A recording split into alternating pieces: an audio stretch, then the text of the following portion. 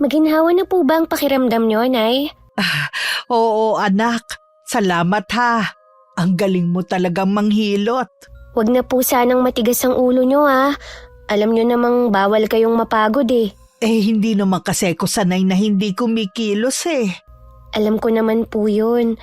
Kaya lang may sakit nga kayo. Kailangan nyo talaga ng mahabang pahinga. Kumusta na nga pala ang trabaho mo? Ayos lang naman po. Yun nga lang, nakukulangan ako sa sahod ko Ang mahal na kasi ng mga bilihin. Ang baba pa rin ng sahod. Ganito talaga dito sa probinsya natin. Gusto ko po kasing makapag-ipon kahit papano. Sana may makuha akong trabaho na malaki ang sahod. Huwag ka lang titigil sa pananalangin. Ibibigay rin sa'yo ng Panginoon ang hinihiling mo. Oo naman po. Gusto ko kasi kayong maipasyal sa ibang lugar Mabilhan ng mga gusto nyo. Huwag mo munang ipilit kung hindi mo pa kaya ha. Hindi ko naman kailangan ng material na bagay Alam ko naman po yun. Pero yun ang magpapasaya sa akin Ang maibigay ang mga kailangan nyo. Napakaswerte ko talaga sa iyo, anak. Kahit kailan hindi mo ko binigyan ng sakit ng ulo. Naalala ko na naman tuloy si Maring Rosana. Kawawa nga siya Ang dami niyang anak, pero lahat pasaway. Kaya nga umiiyak nga daw sabi ni Ada. Malas na nga raw sa asawa. Malas pa rin sa mga anak. Nakuha po kasi ng mga yon ang ugali ng ama nila. Sinalo na yata ni Aling Rosana ang lahat ng problema Oo nga, hindi mo naman kasi pwedeng sabihin na nagkulang pa siya Sadya lang sigurong minalas siya. Hindi talaga natin mapipili ang buhay na gusto natin. Sinabi mo pa. Kaya kahit mahirap tayo, masasabi kong maswerte pa rin ako. Sino mang nananakit sa kapwa ay haharap sa karma. Kailanman hindi magtatagumpay ang kasamaan. Mapagpalang araw po sa inyo, Miss Gwen, at sa lahat na nakikinig sa inyong channel sa araw na ito. Tawagin niyo na lang po ako sa palayaw na Jen. 28 anyos ang edad sa kasalukuyan at tubong Leyte. Gusto ko pong ibahagi ang karanasan ko na hindi ko makakalimutan sa buong buhay ko. Masasabi kong pangalawang buhay ko na to at habang buhay kong ipagpapasalamat. Sana makapagbigay ng inspirasyon ng aking kwento. Tao po! Tao po, Delia! Teka, sandali lang! Sino kaya ang tumatawag na yun? Parang pamilyar Delia, kumusta ka na? Kuya Vincent? Ikaw nga ba yan? Oo, ako nga. Pasok ka. Hindi agad kita nakilala Ang laki na ng pinagbago mo. Tumanda ka na rin. Ikaw rin naman, malaki na ang pinagbago. Buti dito pa rin kayo nakatira. Teka lang ha. Ipagtitimpla kita ng kape. Umiinom ka pa ba ng kape? Oo naman. Pagpasensyahan mo na. Ito lang ang maiaalok ko sa'yo Naku, ayos lang. Ikaw lang ba mag-isa? Oo Sa bagay, hindi naman pupunta dito si Mildred. Patay na nga pala ang asawa ko. Ha? Kailan pa? Ano ang ikinamatay ni Mildred? Cancer. Mahigit 1 taon na rin nung mamatay siya. Ikinalulungkot ko ang nangyari sa kanya. Hindi man lang kami nakadalaw. Wala rin naman kasi kung balita sa iyo Sa loob ng 15 taon, hindi mo man lang ako kinontak. Patawarin mo sana ako. Alam kong masama ang loob mo sa akin. Oo. Pero kalimutan na natin ang nakaraan. Naiintindihan naman kita Wala kang boses pagdating sa asawa mo dahil mas may pera siya. Inaamin ko na naging sunod-sunuran ako sa kanya. Natakot kasi ako na iwan niya at bumalik sa pagiging mahirap. Masaya na rin ako dahil nagkita ulit tayo. Akala ko mamamatay ako na hindi mo man lang dinadalaw. Pasensya na kung inabot ng ganito katagal bago ako pumunta rito. Siguradong magugulat si Jen kapag nalaman niyang dumalaw ka. Delia, sa totoo lang hindi lang ako dumadalaw sa'yo. Anong ibig mong sabihin? Nakabili kasi ako ng bahay malapit dito. Doon na kami titira ng anak ko. Paano ang bahay niyo sa Maynila? Baka pararentahan ko na lang o kaya naman ipapaubaya ko na lang kay Saida kung ano ang balak niyang gawin doon.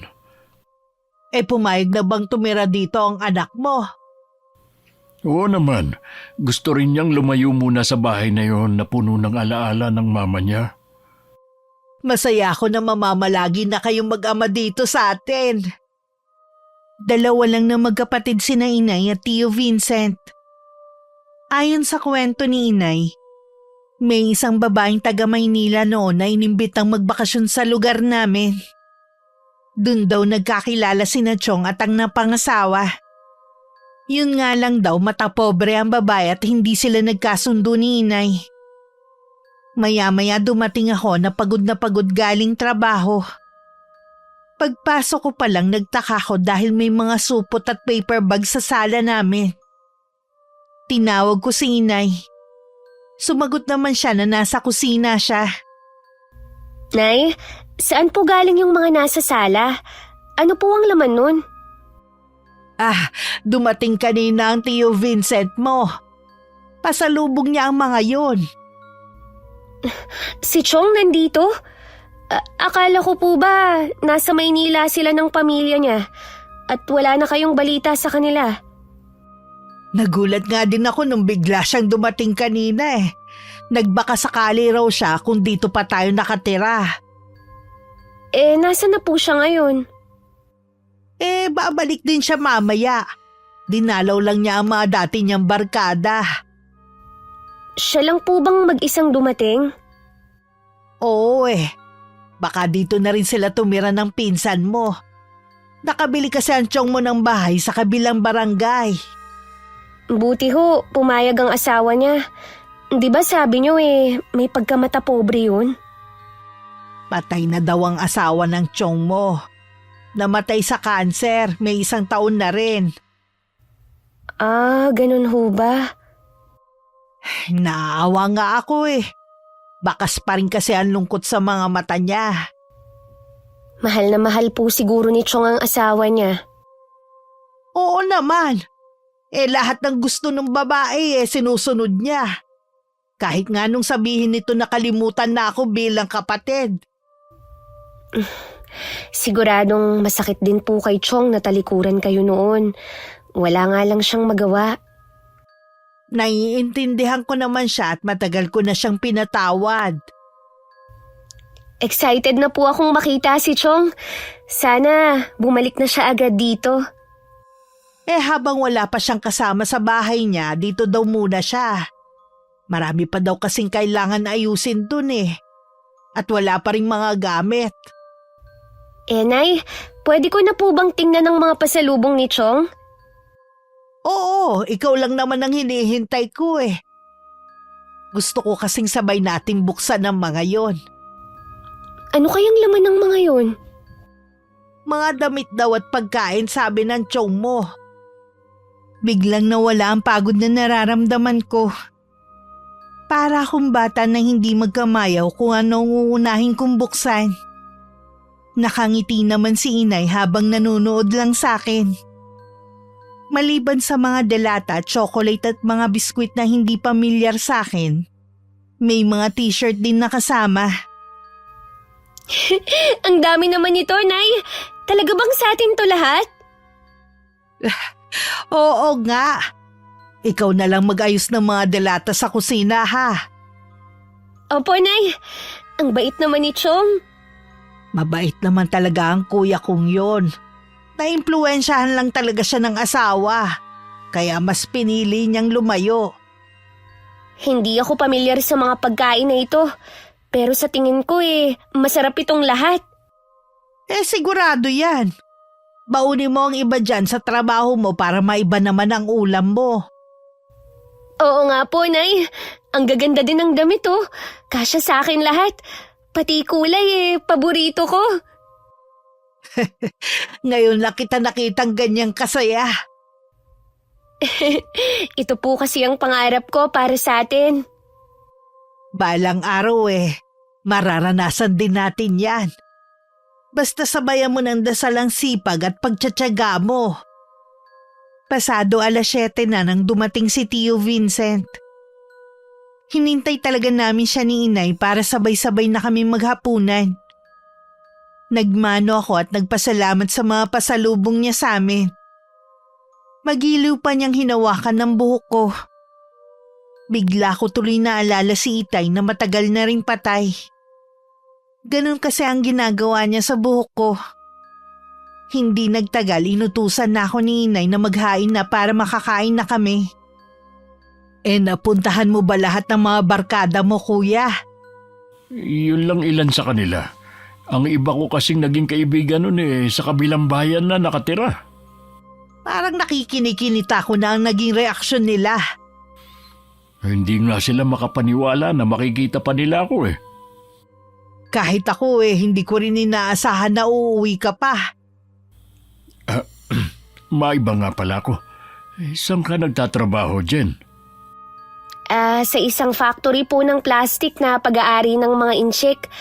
Ang baba nga po ng sahod At minsan, hindi pa kami binabayaran ng overtime namin. Bakit hindi ka pa maghanap ng ibang trabaho? Mahirap po maghanap, Chong Lalo na dito sa lugar natin. Ano bang natapos mo? High school lang po, Chong. Gustuhin ko mang mag-aral ng college. Magastos po At hindi na namin kaya ni Inay. Gusto mo bang mag-aral? Dati po gusto ko. Ngayon kasi parang ayoko na. Nakakahiya na pong mag-aral 23 na ako.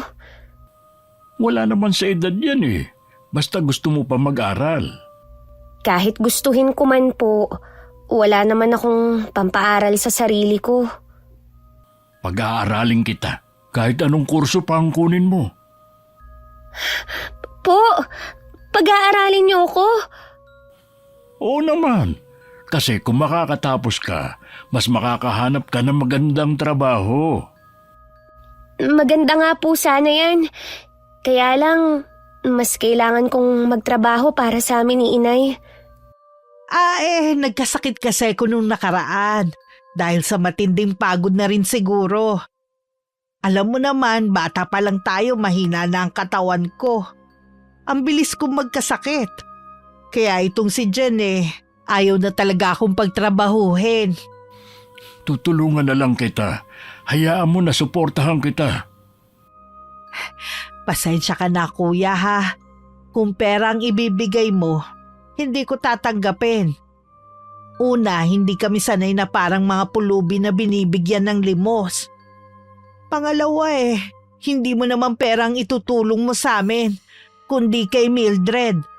Baka mamaya bumangon yun sa hukay. Maniwala ka man o hindi, nakapagtrabaho din naman ako sa Maynila. Kaya huwag ka mag-alala, sariling pera kong itutulong ko sa inyo. Salamat na lang, kuya, pero hindi ko talaga matatanggap. Masyado pa rin mataas ang pride mo. Hindi naman sa ganon.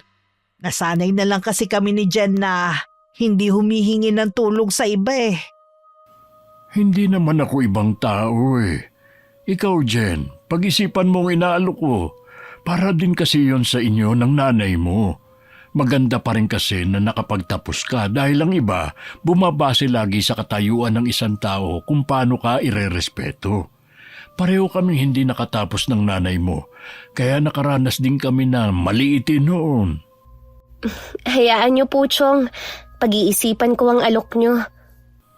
Ito rin kasi ang paraan ko para makabawi ako sa nanay mo. Diba, sabi ko naman sa'yo, nakalimutan na natin ang nakaraan. Masaya na ako na nagkita tayo. Sapat na sa akin yun. Ayoko lang kasi na nasa maayos akong kalagayan tapos kayo naghihirap. At saka wala na akong pinagkakagastusan kundi ang nag-iisa naming anak na si Saida. Kailan nga pala susunod ang anak mo rito? Ay meron lang siyang kailangang ayusin. Susunod din siya kagad. Sana magkasundo kami ni Ate Saida. Pareho kaming walang kapatid eh. Siguro, sabik din siya na may kasama. Ay oo naman. Siguradong magkakasundo kayo. Mula nang dumating si Tio Vincent, siya na ang gumagastos sa bahay namin. Kahit anong tanggi ni inay, si Chong pa rin ang nasusunod. Kahit papano guminhawa rin ang buhay namin. May mga gabi ring iniisip ko ang alok ni Chong. Gusto ko sanang tanggapin pero inaalala ko si inay. Gusto ko muna sanang hingin ng opinyon niya. Hindi naman kita pipigilan kung gusto mong mag-aral eh. Kung yun naman para sa ikagaganda ng kinabukasan mo, sino ba ako para tumutol? Nay, papayag kaya si Chong kung papasok ako na kasambahay nila habang pumapasok? Gusto ko po kasing sumasahod din para may pambigay sa inyo. Kung sakali ba kaya mong pagsabayin? Oo naman po.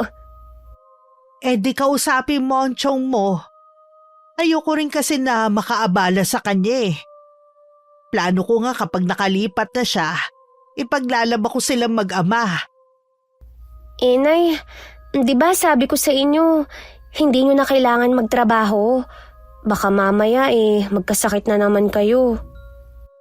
Magaling na naman ako eh. Manahin na lang po kayo dito sa bahay. Mas magaan pa po ang trabaho nyo. Halos wala naman nagpapatahi. Bakit hindi nyo na lang po tanggapin ang tulong ni Chong Vincent? Nakakaya naman kasi. Tsaka baka may masabi ang anak niya. Ano kaya ang ugali ni Ate Saida? Natatandaan ko nung bata pa ang pinsan mo, may pagkamaldita. Baka nagbago naman na. Bata pa naman po siya noon. Baka iba na siya ngayon. Siguro nga, bigla tuloy ako nag-alala. Wag nga po kayong mag-alala dyan. Naniniwala ako na may dahilan kung bakit bumalik si Tio Vincent. Baka siya na ang magpapabago sa buhay natin. Huwag ka masyadong mangarap ha. Bakit naman po, Nay? Libre lang naman ng mangarap Mas maganda pa rin kung hindi natin iaasa sa iba ang pag-asenso natin. Kaya nga po papasok akong kasambahay kay na Chong, kapalit ng tulong niya. Kausapin mo na lang siya mamaya pag uwi niya. Pagdating ni Tio Vincent galing sa bahay na binili niya, kinausap ko agad siya.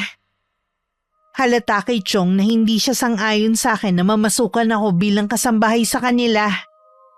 Siguro dahil pamangkin niya ako kaya nagdadalawang isip siya sa gusto kong mangyari. Jen, hindi mo kailangang gawin yun. Para na kitang anak at nakakailang na magtrabaho ka sa bahay namin. Payagan niyo na po ako, Chong. Hindi lang po kasi ako sanay na humingi ng pabor na walang kapalit Hoy, payag naman ba ang nanay mo? Oo naman po. Kinausap ko na po siya. Kailangan nga namin ng kasambahay dahil hindi naman marunong maglabas si Saida at maglinis ng bahay. Tamang-tama naman po pala Mahirap maghanap ng mapagkakatiwalaan na kasambahay ngayon. Ay, sige na nga. Pero gawin mo lang ang kaya mo, ha? Ayoko na papagurin mo ang sarili mo. Pwede ko na po sigurong umpisahan habang hindi papasukan. Gusto ko rin po kasing makapagbigay kay nanay. Huwag mo nang alalahanin ang nanay mo. Ako na ang bahala sa kanya. Ipunin mo na lang ang sahod mo. Kailan nga po pala kayo lilipat sa bahay nyo? Malapit na makumpleto ang mga gamit. Baka sa 1 linggo pauuwiin ko na dito ang pinsan mo. Excited na po akong makilala si Ate Saida. Ay, teka, ang nanay mo nga pala. Pinuntahan niya po yung kumari niya. Problemado po kasi sa mga anak eh. May kailangan po ba kayo? Ako na lang ang gagawa. Ay, wala naman. Baka po gusto niyo pong magmerienda. Ipagtitimpla ko po kayo ng kape. Naku, huwag ka nang mag-abala, Iya. Kaya ko naman. Sige po, tawagin niyo na lang ako kapag may kailangan kayo.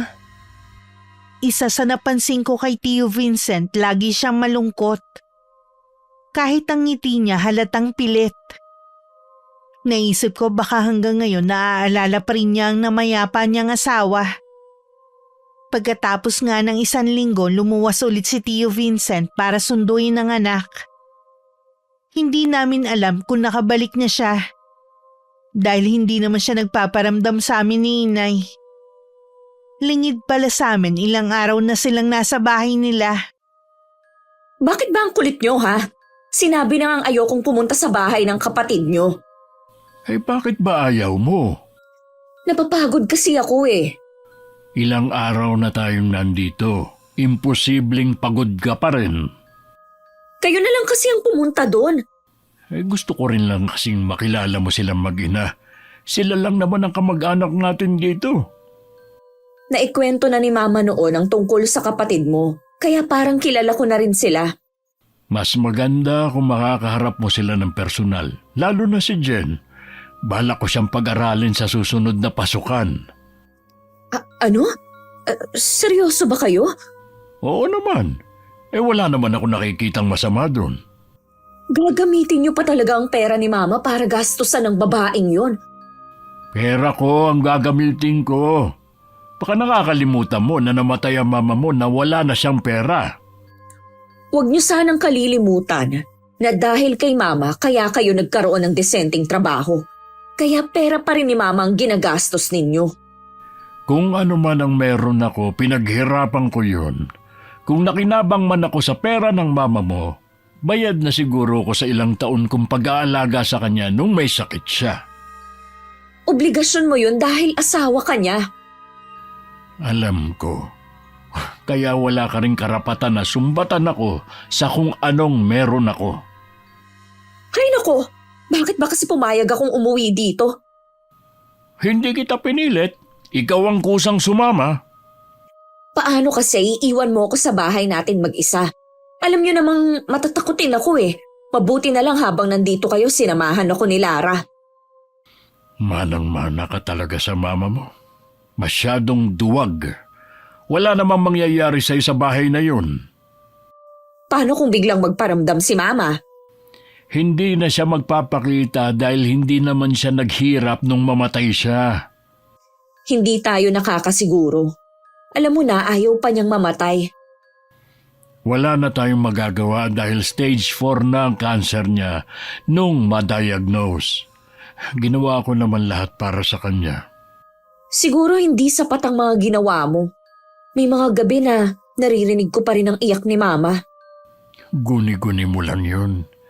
Bakit ako hindi ko naman naririnig? Dahil siguro sa akin lang niya gustong humingi ng tulong. Ay, tigilan na nga natin ang usapan tungkol sa mama mo. Iimbitahan ko na lang dito sina Delia at Jen. Pag-uwi ko galing trabaho, binanggit ni Inay na galing sa amin si Tio Vincent nung umaga. Dumating na raw ito nung isang araw pa kasama ang pinsan ko. Susunduin daw kami para dun sa kanila maghapunan. Nagmamadali tuloy ako maghanap ng may isusuot. Dahil naabutan ko na si Inay na nakaayos na. Kasalukuyan pa ako nagbibihis nang dumating si Chong. Magkahalong excitement at kaba ang nararamdaman ko. Yun kasi ang unang beses na makakasakay ako sa kotse. Pagdating naman sa kanila may mga nakahanda ng pagkain. Kaswal naman kaming binati ng pinsan ko. Namangha pa ako sa ganda niya at kutis na akala mo manika. Ang ganda mo naman, ate. Kahit saang anggulo kita tingnan, para kang manika. Maganda ka rin naman eh. Yun nga lang, maitim ka. Sa kakabilad kasi to sa araw eh. Ano nga palang natapos mo? High school lang. Kaya naman pala. Balak nga akong pag-aralin ni Chong. Nabanggit nga yan ni Papa. Siguro naaawa sa'yo. Kung hindi ka nga makapag-aral, ano na lang ang magiging buhay mo dito sa probinsya? Oo nga eh. Kaya nga tinanggap ko na. Minsan lang may dumating na ganitong oportunidad. Kapalit nun ang pagtatrabaho mo sa amin. Huwag kang mag-alala. Pagbubutihin ko ang trabaho at pag-aaral ko para hindi naman nakakahiya kay Chong Vincent. Dapat lang. Dahil kung tutuusin, hindi naman obligasyon ng papa ko na pag-aralin ka. Alam ko naman yun. Si Chong naman kasi ang nagpumilit eh. Ikaw ha, huwag kang abusado. Baka naman samantalahin yung mag-ina ang papa ko. Babantayan ko ang bawat galaw ninyo. Hindi naman kami ganong klaseng tao. Kaya pala ayaw sa inyo ng mama ko nung nabubuhay pa. Di ba kailan lang naman nagpakita ulit sa inyo ang papa ko? Oo. Kung ayaw mo palang pag-aralin ako ng papa mo, sasabihin ko na wag na lang. Palalabasin mo pang kontrabida ako, ganon? Hindi naman sa ganon. Ayoko lang kasing magkaroon ng problema sa'yo. Ganyan ba talaga kayong mga taga-probinsya? Mahilig magpaawa? Hindi naman kami ganon, ate. Mukhang seryosong pinag-uusapan nyo. Oo. Kinikilala lang namin ni Jen ang isa't isa. Di ba, Jen? Opo, Chong. Mamaya nyo na ituloy ang kwentuhan nyo. Sumunod kayo sa akin. Kakain na tayo. Sige pa. Susunod ako. Babalang tingin nang ibinigay sa akin ni Ate Saida bago ako naglakad palayo. Mukha namang walang napansin ng ama nito sa naging usapan namin. Sa buong hapunan, tahimik lang ako. Si Inay at Chong ang palaging nag-uusap. Paminsan-minsan sumasali ang pinsan ko. Inalok pa kami ng tiyuhin ko na doon na lang kami matulog. Pero tumanggi ako dahil may pasok pa ako bukas. Pa, sigurado ba talaga kayo na gusto niyong pag-aralin si Jen? Oo naman. At hindi na magbabago ang isip ko. Baka kasi masayang lang ang pagpapaaral ninyo sa kanya. Bakit naman masasayang? Tingin ko kasi sa kanya, walang utak. Napansin ko lang nung magkausap kami kanina. Kung ano-ano kasi ang sinasagot eh. Hindi mo pa namang kilala ang pinsan mo para husgahan siya. Hindi nyo kailangan magalit. Nagpapaalala lang naman ako sa inyo. Hindi na kailangan. Alam ko ang ginagawa ko. Nag-aalala din ako sa inyo na baka samantalihin nila ang kabaitan nyo. Baka kung ano-anong hingin nila. Mas kilala ko ang kapatid ko. Kaya ayoko na magsasalita ka ng hindi maganda sa kanila. Siguro naman malinaw sa'yo yan. Wala naman akong sinasabi na masama ah. Magtapat ka nga. Meron ka ba sinabi kanina kay Jen? Napansin ko kasi na tahimik lang siya habang kumakain tayo. Tinanong ko lang siya kung anong mga ginagawa niya sa buhay, yun lang. Kilala kasi kita eh. Namana mo sa mama mo yung ugali mo. Sila na lang ang pamilya ko. Huwag mo sana akong bibigyan ng problema. Bakit ba pakiramdam ko itsapwera na ako? Para bang hindi mo na ako anak? Anak kita at hindi yun magbabago. Ang gusto ko lang, pakisamahan mo sila ng maayos. Ano pa nga bang ginagawa ko? Sana maging close ka kay Jen at ituring mo siyang nakababatang kapatid. Grabe naman yung gusto niyong mangyari. Sobra ba ang pinagagawa ko sa'yo? Hindi naman, pero sige, ituturing ko siyang kapatid. Sige, hating gabi na. Matulog na tayo. Dahil hindi naman sanay sa buhay probinsya mula nang dumating si Ate Saida, hindi siya makatulog sa gabi. Madalas inaabot na siya ng madaling araw bago makatulog. Si Tio Vincent din na nagluluto at naglilinis ng bahay dahil wala namang alam sa ganoong gawain ng anak. Minsan nagtataba siya ng damo sa labas nang dumating si Ate Saida. Akala ko ba papasok na kasambahay dito si Jen? Tambak na kasi labahin ko eh. May inaasikaso lang siya. Baka sa 1 linggo pa siya pumunta dito. Ang tagal pa nun. Baka wala na akong maisuot na damit. Oh, bakit hindi ka muna maglaba? May washing machine naman dyan. Alam nyo naman na hindi ako naglalaba eh. Paano kung masira akong mga damit? Hanapan nyo na lang ako ng labandera dito. Wala akong kilalang labandera dito. Alam mo na bago lang tayo sa lugar na ito, di ba? Di ba taga rito kayo? Hindi mismo sa barangay na ito. Ano ba yan? May mga bagay na dapat kang matutunan. Hindi lahat ng oras merong gagawa para sa'yo. Bumalik na lang kasi tayo sa Maynila. Di ba napag-usapan na natin yon? Kung gusto mong bumalik sa Maynila, hindi kita pipigilan. Nasa hustong gulang ka na rin naman para mamuhay mag-isa. Kailangan mo nga lang magtrabaho para mabili ang mga pangangailangan mo. Hindi nyo na namimiss ang buhay natin sa Maynila? Hindi. Dito sa probinsya ko gustong tumira kahit noon pa. Kaya lang hindi ako makauwi noon dahil sa mama mo. Kung gano'n napilitan lang pala kayo noon na sumama kay mama sa Maynila. Pinagbigyan ko lang ang mama mo dahil mahal ko siya. Bago siya sumakabilang buhay noon, nagsabi ako sa kanya na oras na mawala siya, babalik ako dito sa probinsya namin. Pumayag naman siya. Tingin ko kasi pa, hindi ako tatagal dito. Wala man lang mapaglibangan eh. Kaya nga, pwede kang bumalik sa bahay natin sa Maynila. Ang gusto ko kasama kayo. Huwag mo nang ipilit ang gusto mo. Hindi mo ako makukumbinse. Makapaglaban na nga lang. Ay, mabuti pa nga. Kita mo na may ginagawa ako rito, inaabala mo ko.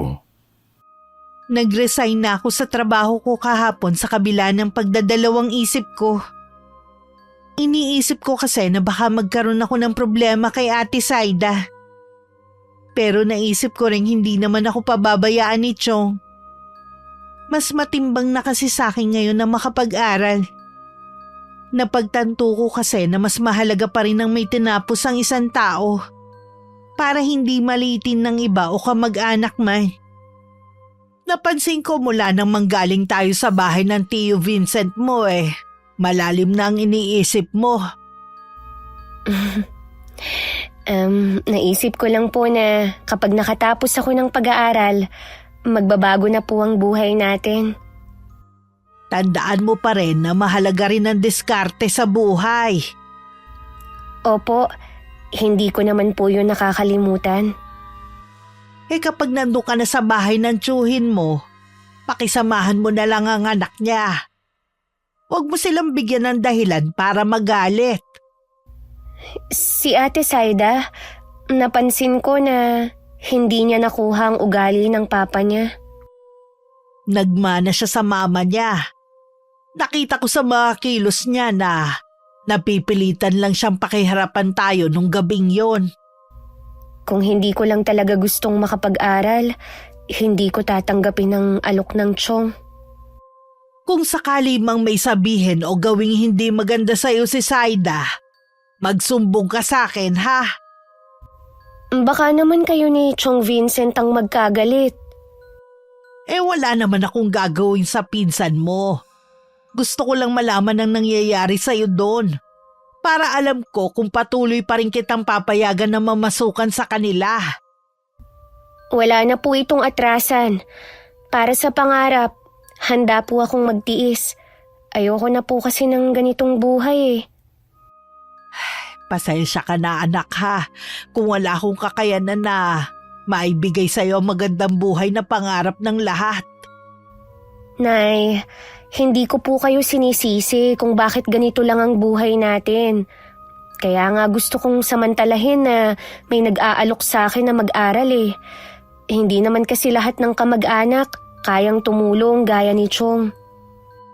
Sa bagay nga, tama ka rin. Nag-aalala nga lang ako dahil may iiwan kayong mag-isa rito.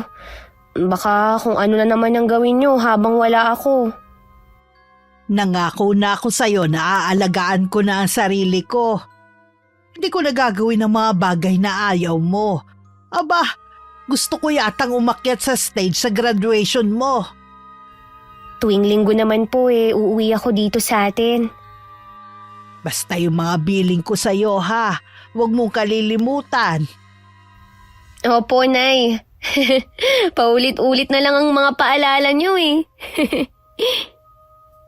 Kinabukasan dumating si Tio Vincent para sunduin ako. Nasa labas na ako ng bahay habang nag-uusap sila ni Inay. Ilang sandali pa nakasakay na kami sa sasakyan at tinatahak na namin ang daan pauwi sa bahay niya. Hindi ko maiwasan ng malungkot. Pero itinanim ko na lang sa isip ko na umpisa pa lang yun ang pagbabago ng buhay namin ni Inay. Pagdating sinalubong agad kami ni Ate Saida. Siya na rin ang naghatid sa akin sa magiging kwarto ko sa bahay na yon. Malapit sa kusina ang tutulugan ko para magising daw agad ako sa umaga. Hindi naman yun nagustuhan ng tiyuhin ko nang malaman niyang doon ako dinala ng pinsan ko. Di ba sabi ko sa katabing kwarto mo matutulog si Jen? Di ba doon naman ang kwarto ng kasambahay? Hindi natin kasambahay si Jen. Pinsan mo siya. Ano bang plano niya sa pagtira niya dito sa bahay natin, magbakasyon? Tutulungan lang tayo ni Jen sa mga gawaing bahay. Pero hindi lahat ng iuutos mo kailangan niyang sundin. Sana pala kumuha na lang kayo ng totoong kasambahay. Wala naman pala siyang silbi Hindi natin kailangan ng kasambahay talaga. Dalawa lang naman tayo Hindi naman gano'ng kalaki ang bahay. Kaya na natin yun. Basta, hindi ako gagawa dito sa bahay. Bahala ng Jen na yun. Ngayon pa lang binabalaan na kita. Wag na wag mong gagayahin ang ginagawa ng mama mo sa mga kasambahay natin noon. Bakit ba pakiramdam ko ang sama-sama ng tingin niyo sa akin? Para akong kontrabida sa isang palabas sa TV Ayoko lang kasi na may masabi ang kapatid ko. At isa pa nga, pamangking ko si Jen. Hindi na ako magtataka kung sa mga susunod na araw mas ituring niyo na siyang anak kesa sa akin. Alam mo, 26 ka na, pero kung umasta ka para ka pa ring bata. Masyado ka kasing inispoil ng mama mo noon. Natural lang dahil nag-iisa niyo akong anak. Sana nga hanggang ngayon buhay pa si mama Siguro hindi kayo magdedesisyon na dito tumira. Bali ka. Hindi pa namin nalalaman na may sakit ang mama mo. Nagsabi na ako na bala ko nang umuwi rito. Napigilan lang ang plano ko dahil nagkasakit nga ang mama mo. Ibig sabihin, noon pa gusto mo nang makipaghiwalay? Ganun na nga, dahil sawang-sawa na ako sa trato ng mama mo sa akin at sa ibang tao. Kaya lang naman ganun ang trato ni mama sa inyo. Dahil kayo rin ang may kasalanan. Ayaw niyo kasing sundin na lang siya. Nasanay kasi ang mama mo na kahit mali siya, kailangan sundin pa rin. Kaya tignan mo, walang makatagal sa kanya ng mga tauhan natin. Bakit kasi kailangan niyo pang ungkatin yan? Patagal nang patay si mama.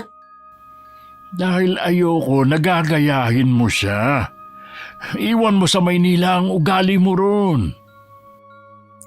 Hindi ko babaguhin ang ugali ko dahil lang sa ibang lugar na tayo nakatira. Kapag hindi mo binago yung pag-uugali mo, pababalikin kita sa Maynila. Doon, mamumuhay ka ng mag-isa. Hindi na sumagot si Ate Saida. Narinig ko na lang ang mga mabibigat na yabag ng paa niya palayo. Hindi ko tuloy malaman kung lalabas ba ako sa pinagtataguan ko o babalik na lang sa kwarto ko.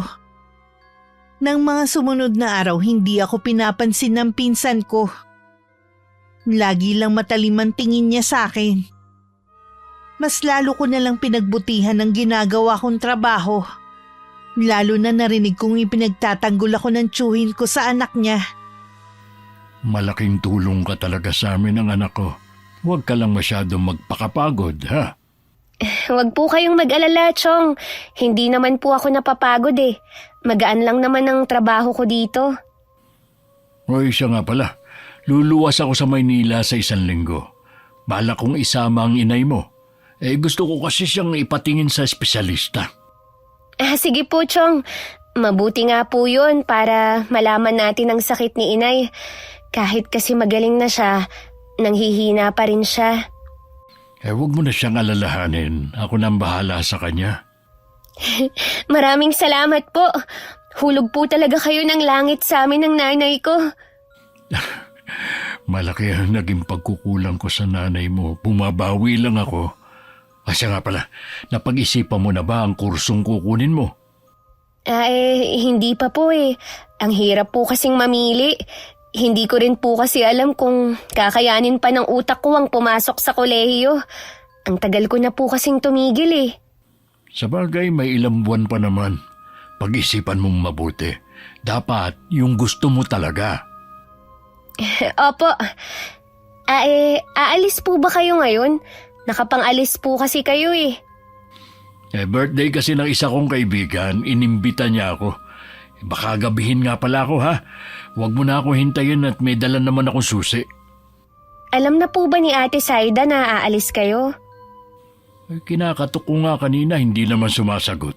Baka tulog pa rin hanggang ngayon. Baka nga po. Ako na lang ang magsasabi sa kanya. Jen, ikaw na lang sana magpasensya sa pinsan mo ha. Ganun talaga ugali niya eh. Naiintindihan ko naman po siya. Baka hindi lang siya sanay na may kasama dito sa bahay. Mabuti ka pa. Malawak ang pangunawa. Paano? Aalis na ako ha?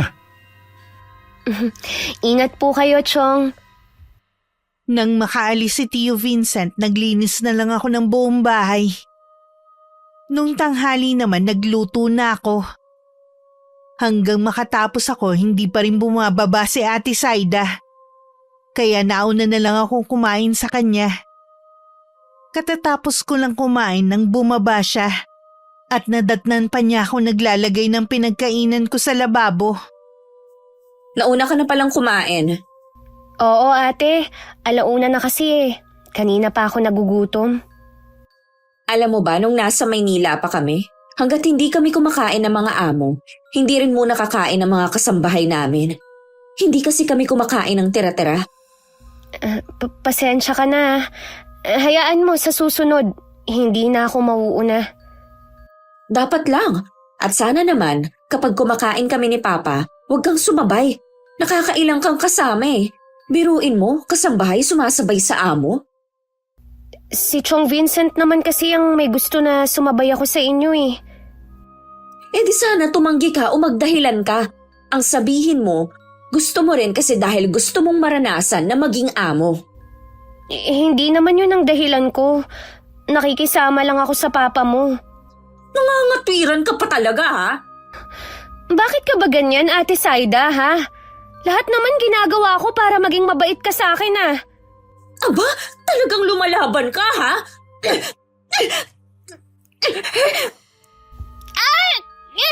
Bitiwan mo ang buhok ko! Ate Saida! Kakalbuhin talaga kita!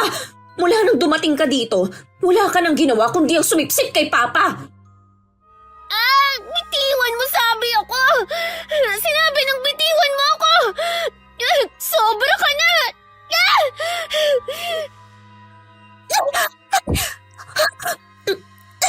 Walang iya ka? Bakit mo ako tinulak? Wala kang karapatang itulak ako! Wala ka rin karapatang saktan ako! Tama lang sa'yo na sa bunutan dahil sumasagot-sagot ka pa.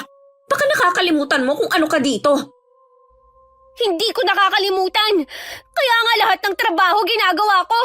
Kung hindi mo pala gusto na nandito ako, magpapaalam na lang ako kay Chong Vincent.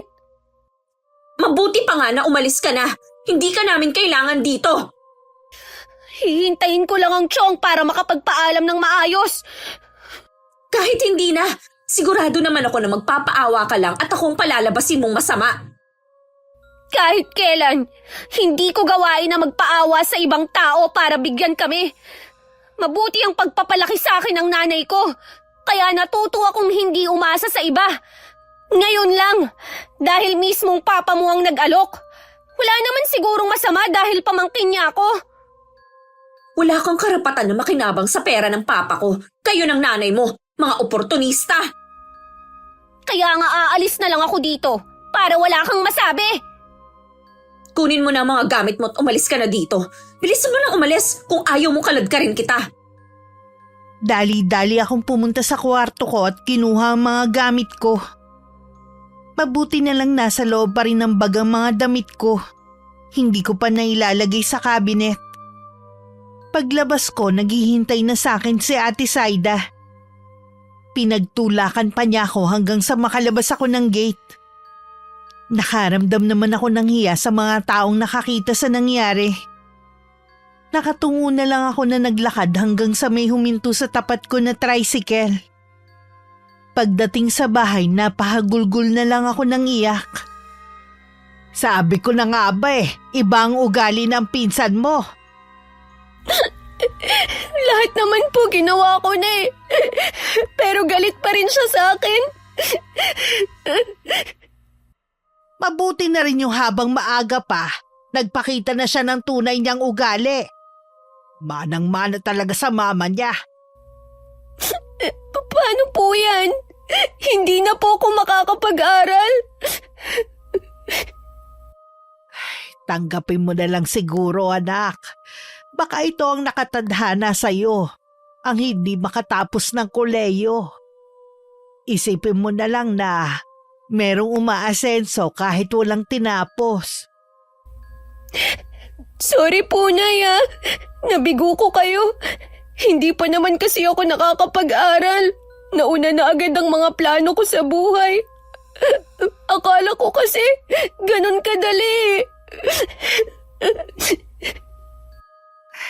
Hindi mo ko binigo, anak. Ako ang walang nagawa para sa'yo. Mag-a-apply na lang po ako ng ibang trabaho. Mabuti pa nga. Tumatanggap na rin pala ako ng mga tahiin.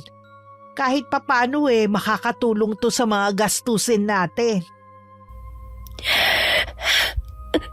Totoo pala ang sinasabi nila. Nabihira sa kasambahay na tratuhin ng maayos. Depende kasi yan sa nagiging amo. Kalimutan mo na ang nangyari. Hindi ka na rin babalik pa ron. Iniisip ko lang po si Chong. Sobrang bait niya pero kabaliktaran ang anak niya. Oo nga, naaawa din ako sa kanya. Pero maigi ng dumistansya na lang tayo. Paano po kung pumunta dito si Chong Vincent? Ako nang bahalang humarap sa kanya. Gusto ko sanang magpaalam ng personal sa kanya eh. Kaya lang, pinagtulakan na ako paalis ni Ate Saida. Isa rin siguro sa dahilan nakakaramdam siya ng selos. Baka akala niya magiging kaagaw ka niya sa papa niya. Baka nga po. Kaya tama lang na umalis ka na doon. Baka kung ano lang din ang magawa ko kapag sinaktan ka pa niya ulit. Gabing-gabi na nung nakauwi ang tsuhin ko kaya kinabukasan pa niya nalaman na wala na ako sa bahay nila. Paggising kasi sa umaga nagtaka siya kung bakit wala pang lutong pagkain. Tahimik din ang buong bahay. Pinuntahan niya ako sa kwarto ko at doon niya nalaman na wala na ako dahil bukas ang cabinet at wala doon ang mga gamit ko. Agad niyang kinumpronta ang pinsan ko na pupungas-pungas pa dahil naabala ang pagtulog. Umalis na nga siya kahapon. Bakit nga siya umalis? Hindi ko alam. Imposible na aalis ang pinsan mo na walang dahilan. Kayo lang ang naiwan dito kahapon, kaya sigurado ko na may nangyari. Pinagsabihan ko lang naman siya kahapon na huwag patamad-tamad. Ayun, nagalit na at kung ano-ano na ang sinabi. Masipag lang naman yun kapag nandito kayo eh. Kilala kita, Saida. Ganyan din ang sinasabi mo tuwing nilalayasan tayo ng mga kasambahay natin noon.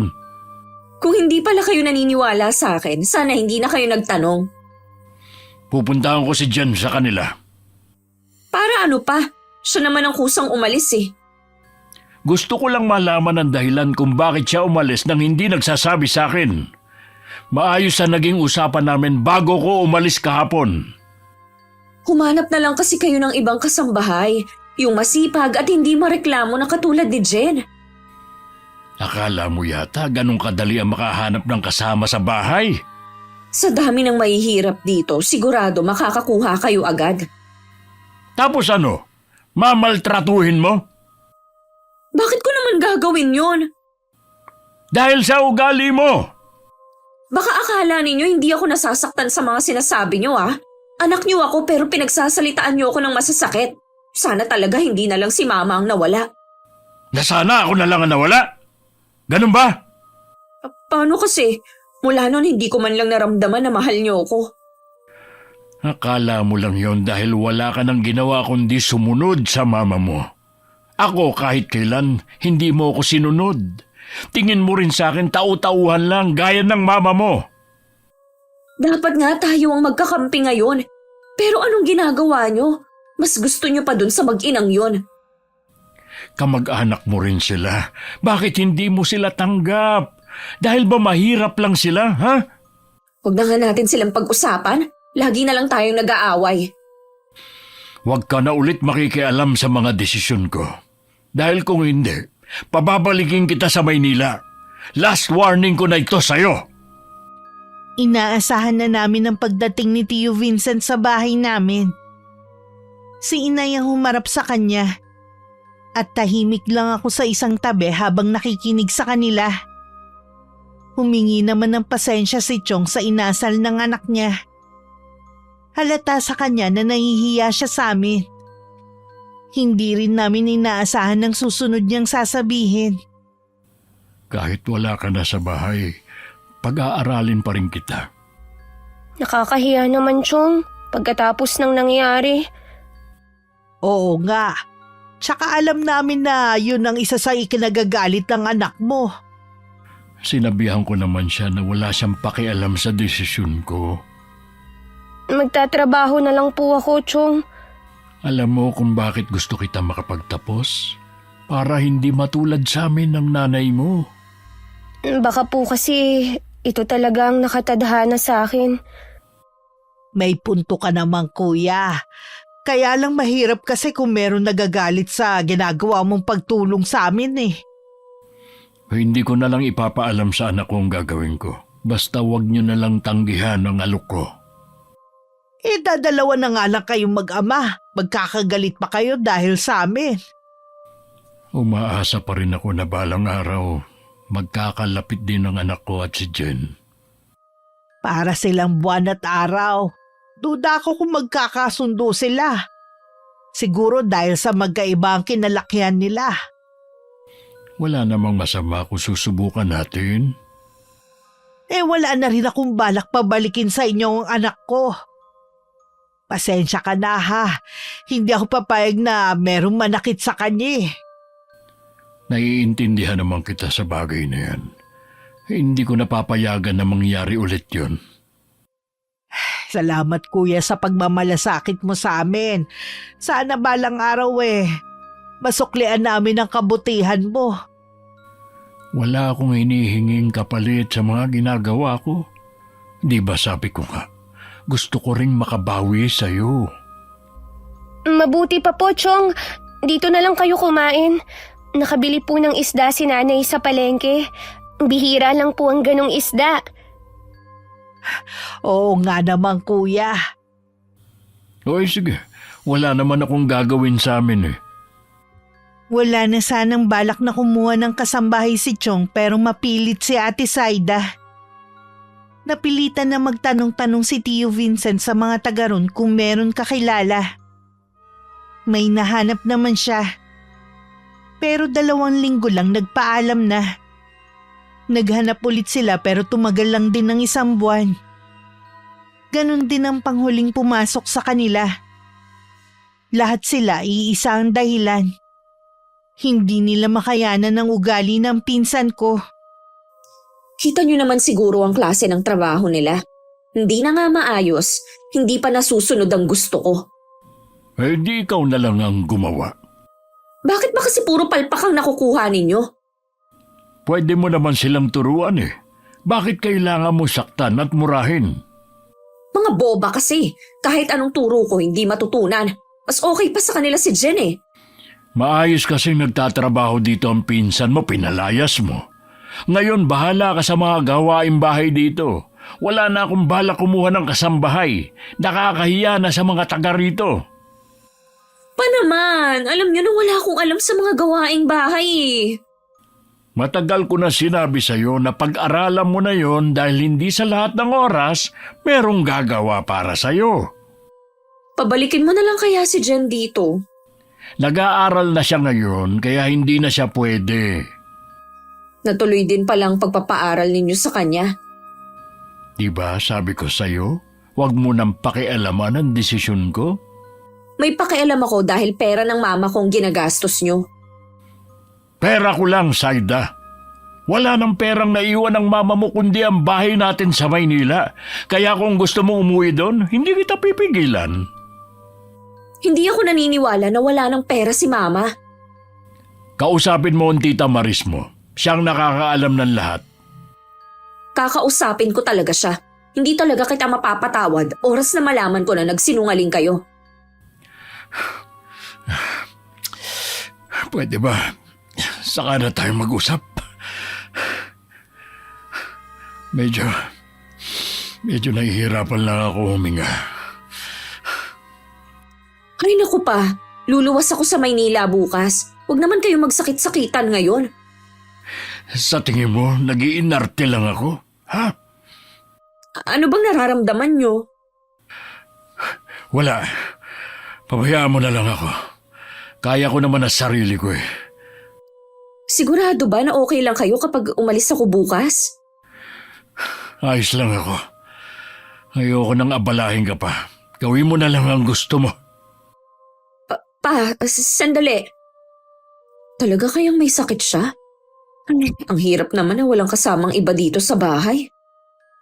Maagang lumuwas ang pinsan ko. Tinawagan naman ni Tio Vincent ang hipag nito na si Maris para ipaalam na uuwi ng Maynila ang anak. Maghapong masama ang pakiramdam ng tiyuhin ko. Nang hindi na makatiis, tinawagan niya si inay para puntahan siya nito. Dapat siguro nagpapacheck up ka na. Dapat nga nung balak nating lumuwas para ipatingin ka sa espesyalista. Hindi nga lang tayo natuloy. Lagi bang masakit ang dibdib mo? Ilang beses lang naman. Si Saida kasi, lagi na lang akong ginagalit. Mula ba nang umalis si Jan dito hindi ka na ulit kumuha ng kasambahay? 3 beses akong kumuha, hindi nga lang nakatagal. Dahil ba kay Saida? Oo, Tapos umalis pa siya, kahit alam niyang masama ang pakiramdam mo. importante kasi ang pinunta niya sa Maynila. Tsaka mas okay na rin ito kaysa lagi kaming nagtatalo. Ganyan ba talaga ang pagpapalaki niyo sa kanya, ha? Mula pagkabata kasi, mama lang niya ang pinakikinggan niya. Kaya pala. Gusto ko sana siyang magbago pero imposible na siguro. Hindi na rin kasi siya nakikinig eh. Imposible na nga dahil matanda na rin siya. Gusto ko sana na dumito na lang kayo mag-ina. Alam mo kasi, kaya ako binili ang bahay na ito dahil gusto ko kayong makasama na 2. Malaki naman ito para sa ating lahat. Ayoko na magkaroon ng problema sa anak mo. Kung ayaw niya kayong nandito, malaya siyang mamili kung saan siya titira. Para mo na rin ipinagtatabuyan ng anak mo Nung mamatay ang asawa ko, akala ko makukuha kong respeto niya. Pero hindi pala. Kung makasagot siya sa akin, akala mo tauhan lang niya ako. Napakabastos na bata. Kaya mabuti na rin siguro magkalayo na kami. Kasi nga, ganun siya pinalaki ng mama niya. Bago mamatay si Mildred, humingi naman siya ng tawad sa akin. Naramdaman ko naman na gusto pa niyang magbago pero hindi na siya nabigyan ng pagkakataon. Ganun talaga ang buhay. Kaya dapat maging mabuti na tayo. Dahil hindi natin alam baka bukas kunin na rin tayo. Magsisiman tayo sa mga mali nating nagawa, baka huli na rin. Kaya nakikiusap ako. Pumayag ka nang dito kayo tumira ni Jen. Gusto ko kayo makasama hanggang sa huling sandali ng buhay ko. O sige, kakausapin ko din si Jen. Pero ngayon pa lang sinasabi ko na sa'yo na hindi uubra ang ugali ng anak mo. Binibigyan kita ng permiso na pagalitan siya. Baka sa'yo matakot siya at sumunod. Nang malaman kong may dinaramdam pala si Tio Vincent, agad akong pumayag na doon na ulit tumira sa kanila. Nawala naman ang takot ko dahil kasama ko si Inay. 1 linggo na kaming nandun nang dumating si Ate Saida. Hindi maipinta ang mukha niya nang makita niyang nandun kami sa bahay nila. 1 linggo lang akong nawala, sinamantala niyo na agad. Ako ang may gusto na dumito sila. Kaya niyo bang magbayad ng 2 kasambahay? Hindi ko sila kinuha para maging kasambahay. Dito na sila titira dahil kapamilya natin sila. Ano? Hindi ako papayag. Kaya mo bang alagaan ng papa mo? Umalis ka nga kahit masama ang pakiramdam niya. Siniguro ko naman na maayos siya bago ako umalis. Kung ayos lang siya, wala sana kami rito ngayon. Basta, ayokong nandito kayo. Kasambahay ang kailangan namin, hindi dagdag palamunin. Bastos ka talaga!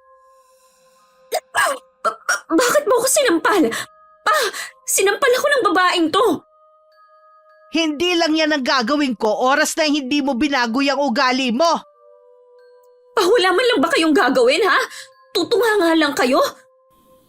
Baka yun din ang magawa ko sa'yo. Humingi ka ng pasensya sa tiyadelya mo. Hindi ko gagawin yun. Hindi ko ibababa ang sarili ko sa mga taong to. Gaya ka rin ng mama mo, sobrang taas ng tingin sa sarili. Huwag mong mabanggit-banggit dito ang mama ko. Mabait lang ang tatay mo kaya umuubra yung ugali mo. Subukan mo ulit na bastusin kami. Kahit sa harapan niya, sasaktan kita ulit. Hindi ko to makakalimutan. Pagpasensya mo na ang anak ko. Kasalanan ko din kung bakit siya lumaki ng ganyan. Isang himala na lang siguro makakapagpabago sa anak mo. Siguro nga. Hindi ko maiwasan na maawa kahit papano sa pinsan ko. Pakiramdam niya siguro pinagkakaisahan na siya. Sino ba dapat ang sisihin kung bakit siya ganon? Nang kami na lang ni Inay, kinausap ko siya tungkol sa nangyari kanina. Hindi rin kasi ko mapalagay. Hindi ko rin ginusto ang nangyari. Sobra na kasi ang pinsan mo . Ay, nakakapag-alala tuloy.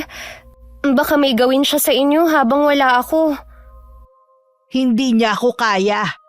Huwag mo kong alalahanin. Ganun ba talaga ang mga mapipera? Gusto laging mang-api ng maliliit na tao? Oo anak. Kaya ikaw kahit anong mangyari, magtapos ka ng pag-aaral. Hindi lang nag-iisa si Saida sa mundong ito. Marami sila. Opo, Nay. Mas lalo tuloy ako nag-alala kay Kuya Vincent kung sila lang ang maiiwan na 2. Hindi po natin iiwan si Chong. Lalo na po't masama ang pakiramdam niya. Kinukumbinsi ko nga siya na magpa-check up . Sabi niya sa Maynila na nga lang daw, para pareho na kami magpapatingin. Sayang, gusto ko sanang makarating ng Maynila . Marami pa namang pagkakataon para makarating ka ng Maynila . Unahin mo muna ang pag-aaral. Opo, Nay.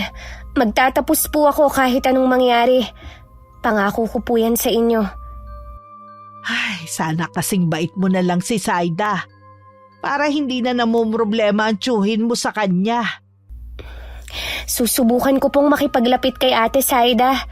Baka po kailangan lang niyang suyuin. Alam ko kapag ang isang tao magbabago pa, Sa pinsan mo eh. Wala akong nakikita na pag-asa. Ganun po ba? Iwasan mo na lang siya hanggat maaari. Sige po. Mag-aral ka na lang dito. Ako na ang bahalang magluto ng hapunan natin. Sa kabila ng sinabi ni Inay, sinubukan ko rin makipaglapit sa pinsan ko. Madalas niya akong bulyawan at inuutusan kahit nasa kwarto ko para mag-aral. Lagi rin niyang bukang bibig na kasambahay lang ako. At kailangan kong suklian ang pagpapaaral sa akin ng papa niya. Sinusunod ko na lang siya para wala na lang gulo. Kapag kaharap si Inay at papa niya, mabait siya at parang hindi makabasag pinggan. Parang naniniwala na nga ang papa niya na nagbago na siya. Pero blanko naman ang ekspresyon ng mukha ni Inay. Siya nga pala anak. Sa makalawa luluwas na kami ng Maynila ng Tio Vincent mo. Ang mabuti pa doon ka muna sa bahay natin. Sige po. Magtatagal po ba kayo ng Chong? Hindi ko pa alam Sana naman po maging maayos pareho ang kalusugan ninyo. May awa ang Diyos. Hindi na rin naman sumasakit ang dibdib ng tiyong mo. Ako naman wala namang ibang nararamdaman. Pagkagaling ko po sa eskwelahan, doon na po muna ako dediretso sa atin. Tumawag ka lang sa akin kapag may problema ka ha. Ano naman po ang magiging problema ko? Ito kasi ang unang beses na magkakalayo tayo kahit ilang araw lang Nay, wag na po kayong mag-alala sa akin. Hindi naman na ako bata Nag-iisa lang kitang anak at babae pa. Natural lang na mag-alala ko sa'yo. Lagi po akong tatawag sa inyo pagkagaling ko sa eskwelahan. Paano nga po pala si Ate Saida? Mag-isa lang siya rito. Hayaan mo siya. Kaya naman niya ang sarili niya. Kaya kita pinapauwi sa atin dahil wala akong tiwala sa kanya. Di ako naniniwala na mabait na siya. Sabi niyo nga, wala nang pag-asang magbago. Meron din kasing sinabi ang Tio Vincent mo kaya naisip ko na hindi na siya magbabago. Ano po yun? Tsaka ko na lang sasabihin sa'yo. Ang daya naman, Nay. Medyo komplikado rin kasi Tsaka, hindi pa naman sigurado ang tiyong mo. Sige na nga po, hindi ko na kayo kukulitin. Nay, magdala kayo ng pasalubong Oo naman. Minsan lang ako makarating ng Maynila kaya mamimili na rin ako. Ang balak ko sanang pagtigil sa bahay namin hindi natuloy. Nakiusap kasi si Tio Vincent na samahan ko muna ang pinsan ko. Nilalagnat kasi ito at hindi makatayo sa higaan. Nagbilin naman si Inay na kapag magaling na si Ate Saida, umuwi na ako sa bahay namin. 2 araw nang may sakit ang pinsan ko. Pag-uwi ko nga nung hapon, nagluto agad ako ng sopas para kay Ate Saida. Nag-iwan naman ako ng pagkain at gamot niya bago ako umalis noong umaga. Ate Saida, dinalhan kita ng sopas. Bakit ngayon ka lang? Kanina pa kita tinatawag Pumasok ako kanina Nag-iwan naman ako ng pagkain at gamot mo. Inuna mo pa talagang pagpasok mo kaya sa alagaan ako. Hindi ka na naman mainit nung iniwan kita Kahit na! Huwag ka nang magalit. Kainin mo na lang to para malamnan ng tiyan mo. Kanina pa ako gutom na gutom. Ngayon mo lang ako dadalhan ng pagkain? Huwag ka na sanang magalit. Nandito na naman ako Bukas huwag kang papasok. Ay, hindi pwede ate. Importante sa akin ang pumasok. Mas mahalaga ako kesa dyan. Huwag mo sanang kakalimutan na pinapaaral ka ni Papa kaya sumunod ka sa akin. Tama. Ang papa mo ang nagpapaaral sa akin. Kaya hindi kita susundin. Matigas ka Akala mo kung sino ka na porke nakatungtong ka na sa kolehiyo. Nakakatayo ka naman pala eh. Oo, pinilit ko talaga na makatayo dahil matagal na akong nanggigigil sa'yo. Bitiwan mo nga ako! Ano ba? Dahil sa inyong mag-ina, ang sama na ng tingin sa akin ng papa ko. Bakit ba kasi kayo pilit na nagsusumiksik sa buhay namin? Sinabi ng bitiwan mo ako eh! Buisit ka! Alam mo may sakit ako na gawa mo pa akong itulak! Dahil sumusobra ka na! Imbis na magpasalamat ka dahil sinasamahan kita, ito pa ang igaganti mo! Tama talaga si inay! Wala ka ng pagbabago! Wala akong pakialam sa sinasabi ng inay mo. Gusto kong mawala na kayo sa buhay namin. Yun ba ang gusto mo? Sige, madali naman akong kausap eh. Uuwi na lang ako sa amin. Bahala ka dito! Saan ka pupunta? Kinakausap pa kita. Huwag mo nga akong talikuran. Ayoko nang makipag-usap sa'yo! Bahala ka na rito! Sinabi na huwag mo muna akong talikuran eh! Paglingon ko, saktong humampas sa noo ko ang isang baseball bat. Naramdaman ko pa ang pagtumba ko sa sahig. Nang hawakan ko ang ulo ko, may dugo na umaagos. Pagtingala ko sa pinsan ko, nakangisi siya sa akin. Yan ang napapala mo. Ayaw mo kasing makinig sa akin. Ate, bakit?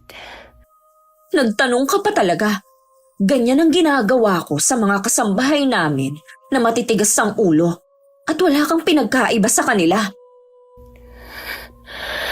Tulungan mo ko, te. Dalhin mo ko sa ospital. Huwag kang mag-alala. Hindi ka pa naman mamamatay eh.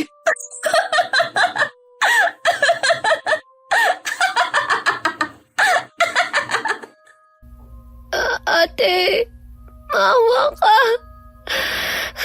Tulungan niyo ako. Mga kapitbahay. Walang makakarinig sa'yo dito. Halika, tumayo ka dyan. Dinala ko ni Ate Saida sa kwarto ko.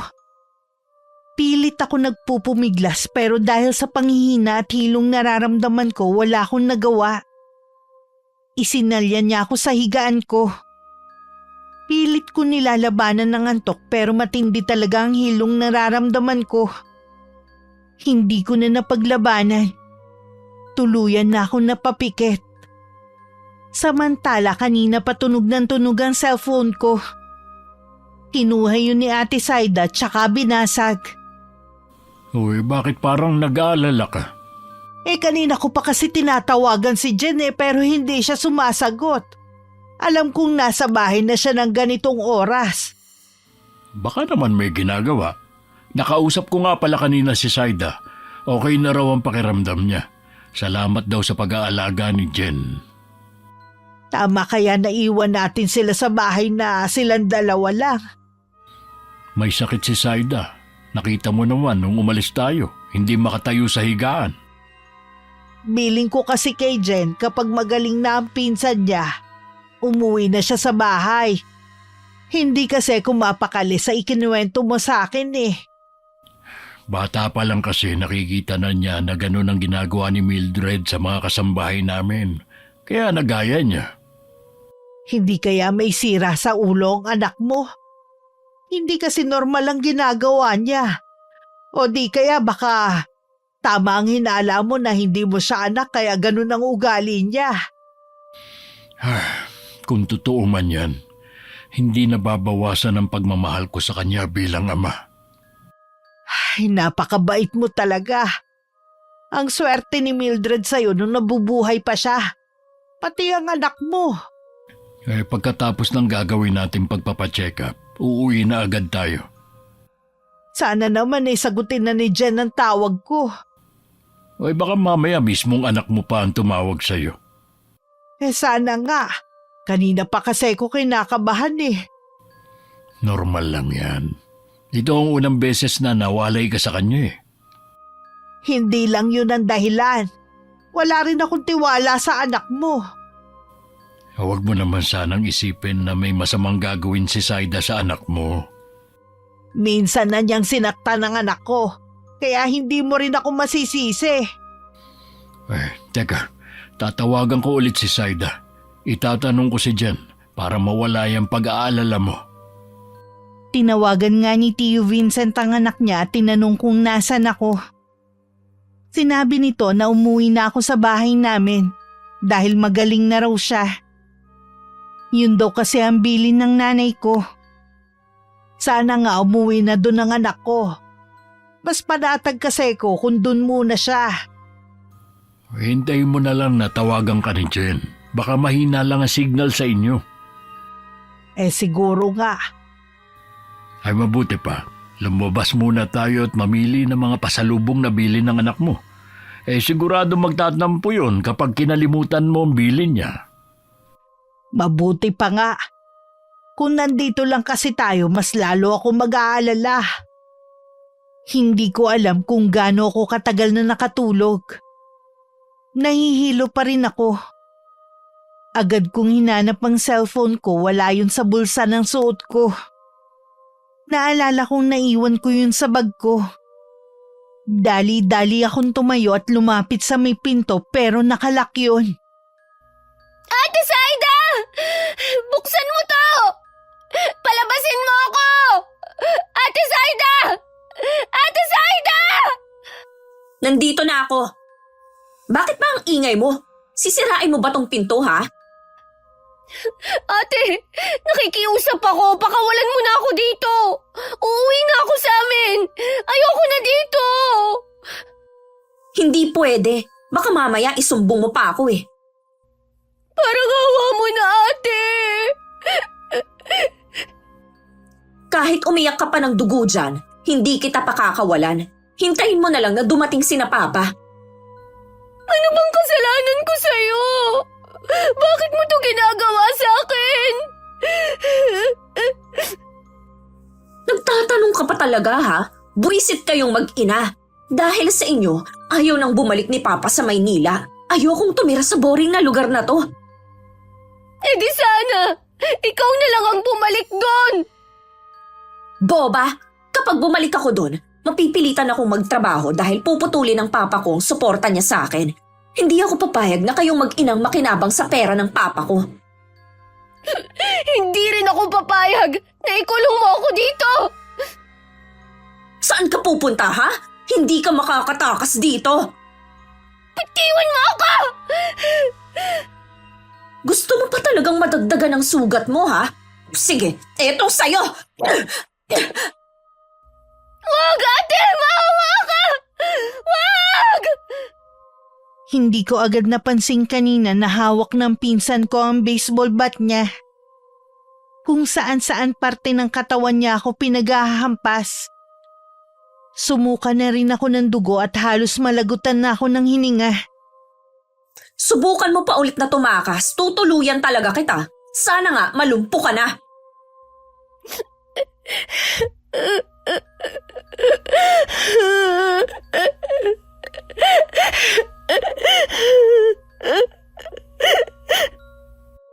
Hindi ka kakain ngayon.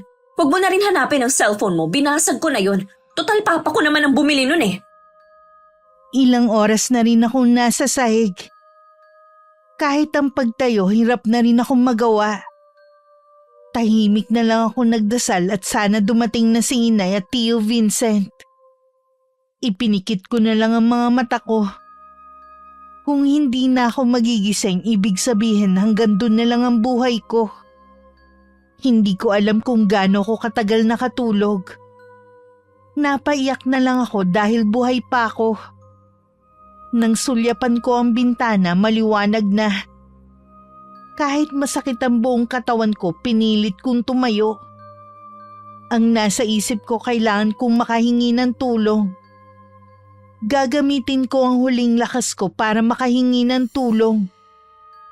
Nang makarating ako sa bintana, sumigaw ako ng malakas. Tulong! Tulungan niyo ako! May nakakarinig ba sa akin? Tulong! Tulong! Saktong may dumaan na magbubote at narinig ang pagsigaw ko.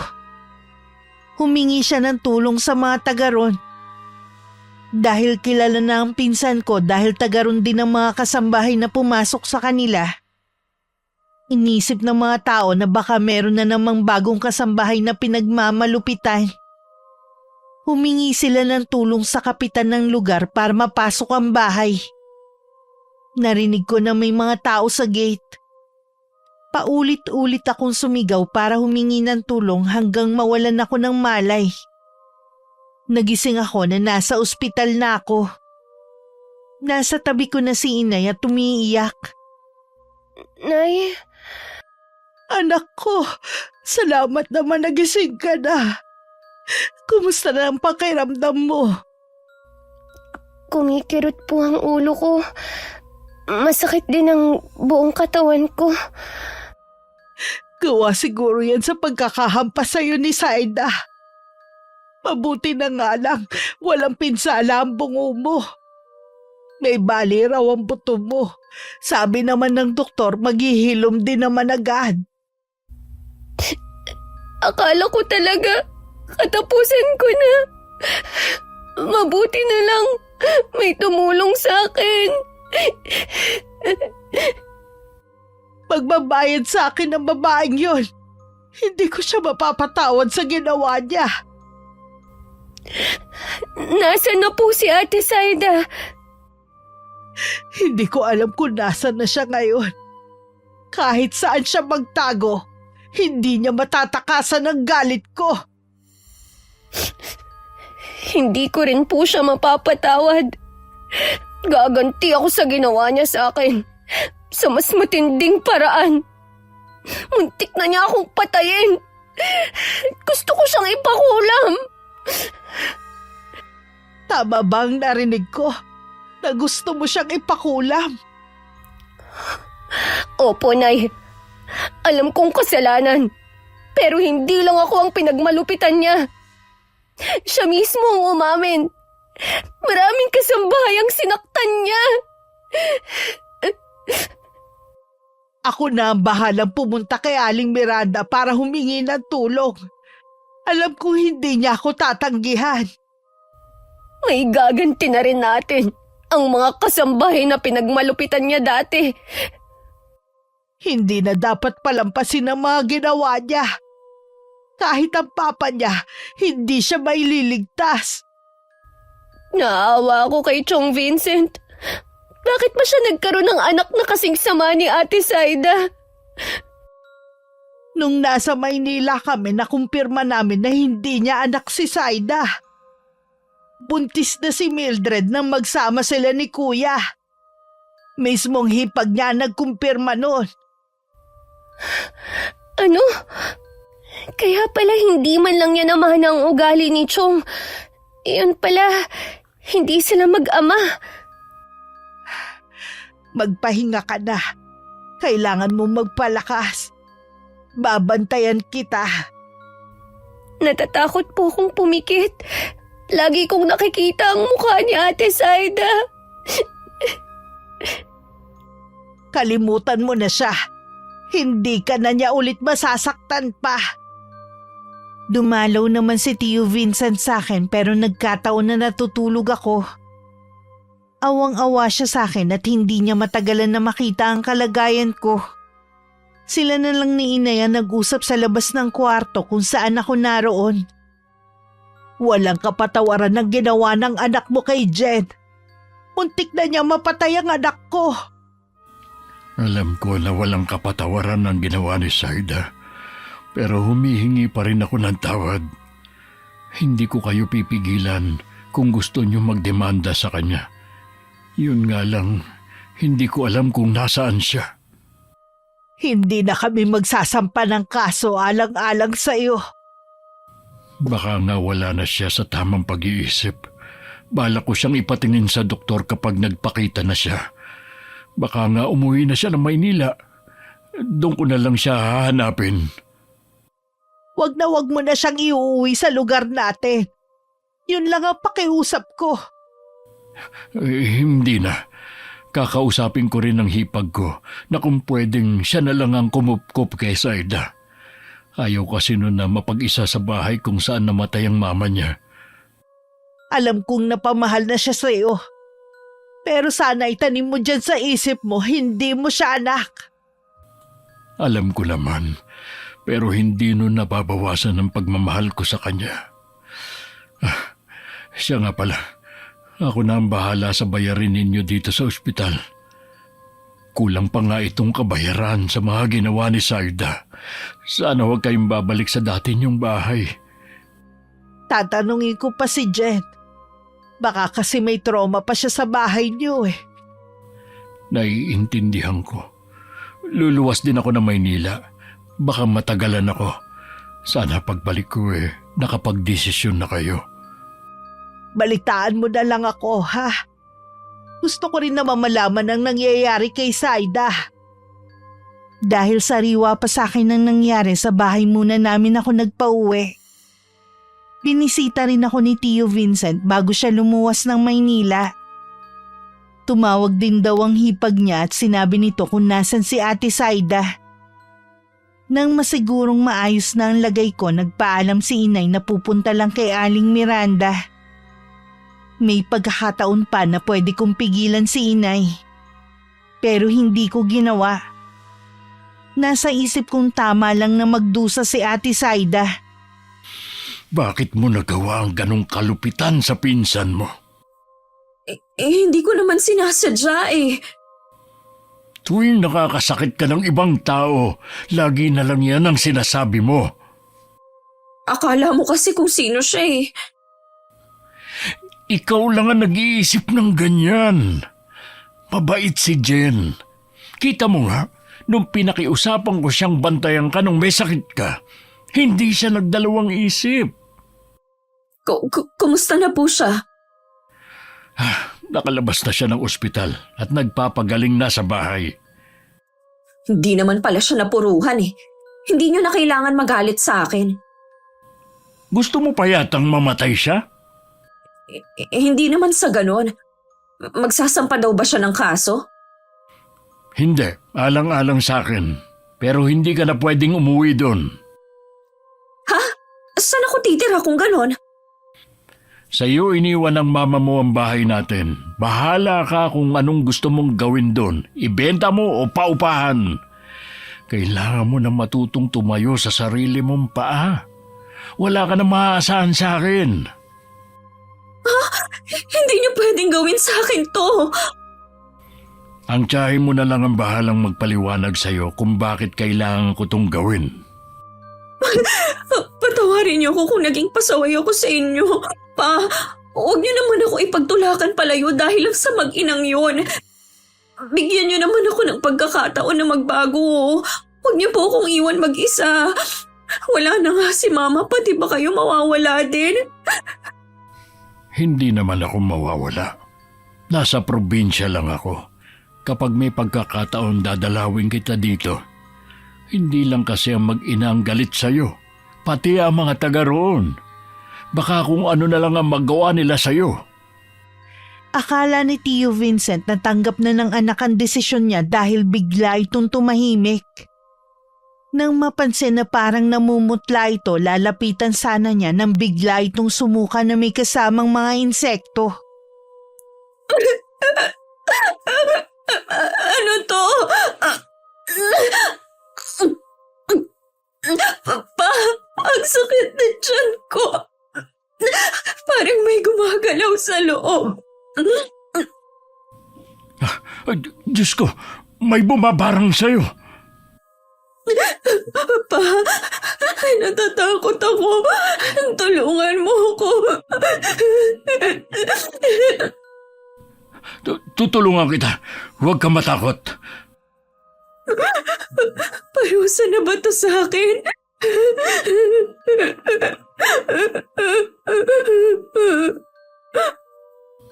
Huwag mong isipin yan.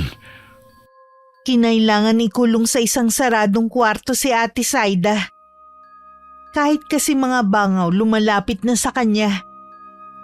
May masangsang kasing amoy na nanggagaling sa kanya na dahilan para lapitan siya ng mga ito. Lahat na ng pwedeng lapitan hiningan na ng tulong ni Tio Vincent. Pero walang nagawa ang mga yun. Hanggang sa tinawagan na niya si inay. Hirap na si Saida. Paulit-ulit niyang sinasabi na parusa sa kanya ang nangyayari. Posible nga. Sa dami niyang nagawang kasalanan.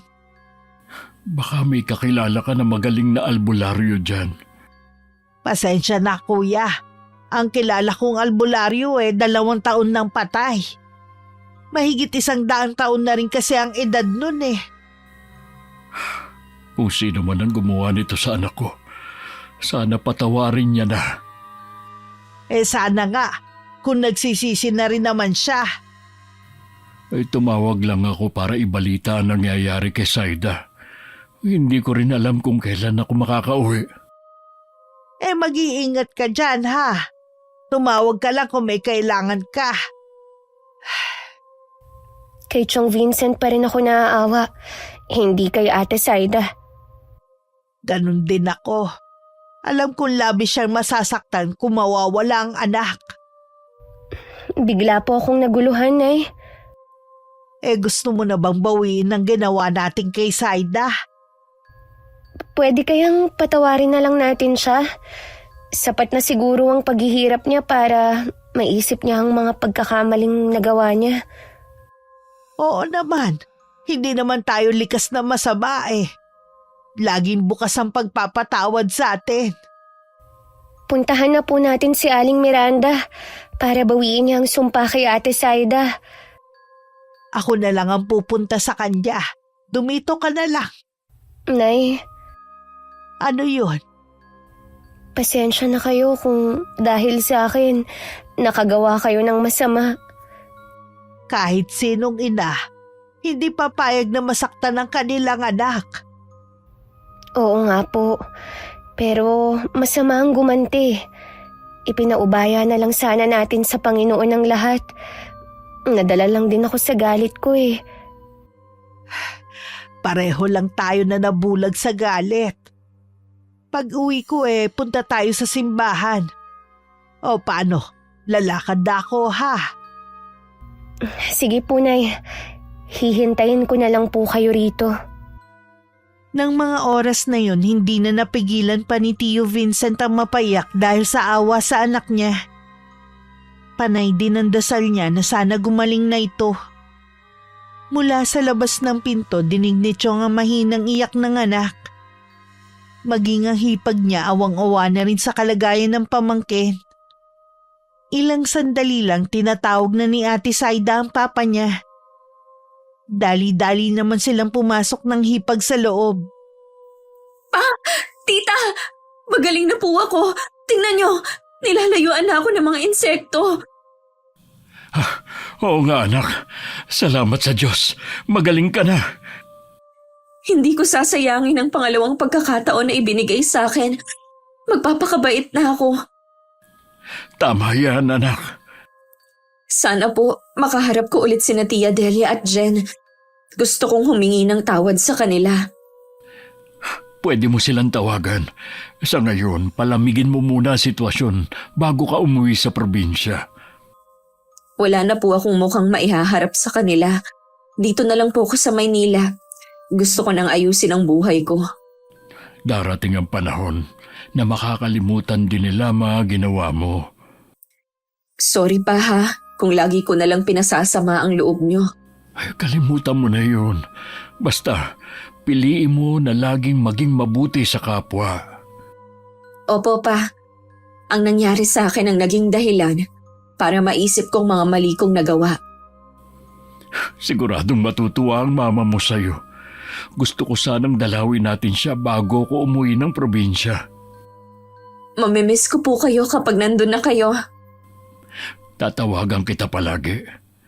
May tiwala naman ako sa tita mo na hindi kanya pababayaan kapag umuwi na ako. Lagi mo sanang tatandaan. Mahal na mahal kita. Ang huling balita ko kay Ate Saida noon, may trabaho na siya at sa tiyahin pa rin niya nakatira. Lumipat na rin kami sa bahay ni Tio Vincent at ako naman ipinagpatuloy na ang pag-aaral. Sobrang saya namin ni Inay nung umuwi na rin si Chong pagkatapos ng ilang buwan na pamamalagi sa Maynila. Sa kasalukuyan, ilang buwan na lang at magtatapos na ako ng pag-aaral, Miss Gwen. Labis ang pasasalamat ko sa Diyos. Dahil sa kabila ng paghahangad ko noon na makagante, puro biyaya pa rin ang ibinigay niya sa akin. Nagpapasalamat din ako dahil malusog pareho si Inay at Tio Vincent. Sa lahat ng mga kapwa ko taga-subaybay naway nagbigay ng aral sa inyo ang aking kwento na hango sa karanasan ko. Wakas. Okay, shoutout po tayo. Shoutout kina Desiree Ramos, Melissa Santos, Luisa Ramos, Maricon Mondragon, Edgar Rivera and Joanne Buksit ng Easy Tagman Power Services. Salamat po sa laging pakikinig. Hello kay Sir Larry sa Sagas Tourism sa Sagada. Maraming salamat dahil inalagaan mo kami nung nandyan kami. Sa lahat po ng pupuntang Sagada, hanapin niyo po si Sir Larry dun sa Sagas Tourism. Napakagaling at napakabait niyang guide. Salamat ulit Sir Larry, nag-enjoy kami. Hi kay Celine Panganiban. Hello kay Marietta Duma. Hi kay Dali Antiaga from Dubai Marena. Hello kay Delia Catu from Muntinlupa. Shoutout sa anak ni Peter Tom na sina Troy, Trisha May, Axel Rose at sa kanyang asawa na si Rosalie na always nakikinig sa aking mga kwento. Hello kay Arvid Shane Heiberg from Thailand. Hi kay Rosemary Casonete.